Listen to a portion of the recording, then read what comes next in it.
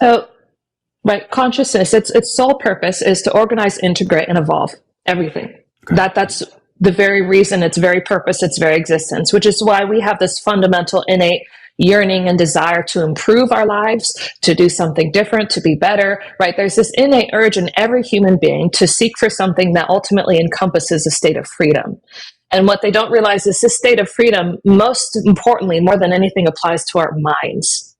Right? This mental state of freedom. We're often enslaved by our own thoughts. And you see all the disorders and problems that are prevalent today come from a disordered state of mind. Right? And you see even the physical ailments that exist today, right? We've created, a lot of drugs and things that help, with environmental problems. But when we come to our own physical problems, the ones that are most prevalent today are all inflammatory based.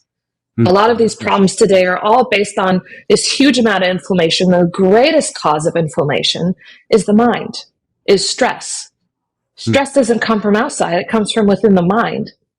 And a lot of people don't realize that stress, right, comes from essentially just having a lot of thoughts. It's not necessarily even having good thoughts or bad thoughts, because you can have something called positive delusion.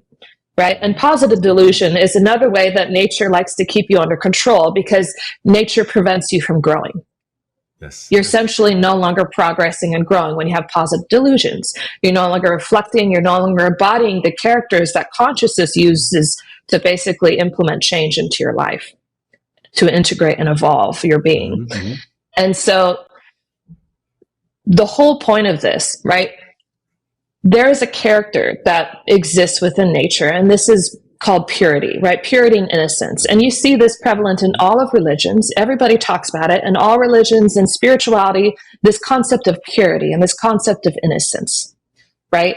And it's coming from a level of vulnerability and sincerity with life itself, with who we are and with life, and with this ultimate authority that we have to acknowledge, that we have to understand has this huge control over us beyond our own minds. We often think that within our own minds, whatever we can do, we're the ones doing it and we're the ones most capable. And if you actually look even scientifically, what we've proven with over 6,000 science experiments, 660 peer-reviewed science publications, right? This is in life sciences, plants, animals, bacteria, viruses, fungi, seeds. We're talking non-living materials, right? Like metals, ceramics, polymers, chemicals. Non-living materials and living materials, they don't have a belief system. They don't have faith.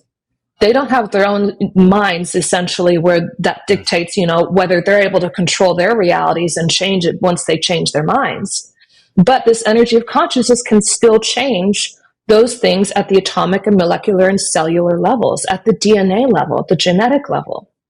So without a mind, without this concept of self-reflection, and if I can change my mind, I can change my reality through the law of attraction, these things are still able to attract better conditions of life. Yeah. The law of attraction doesn't apply to plants and metals and ceramics and polymers.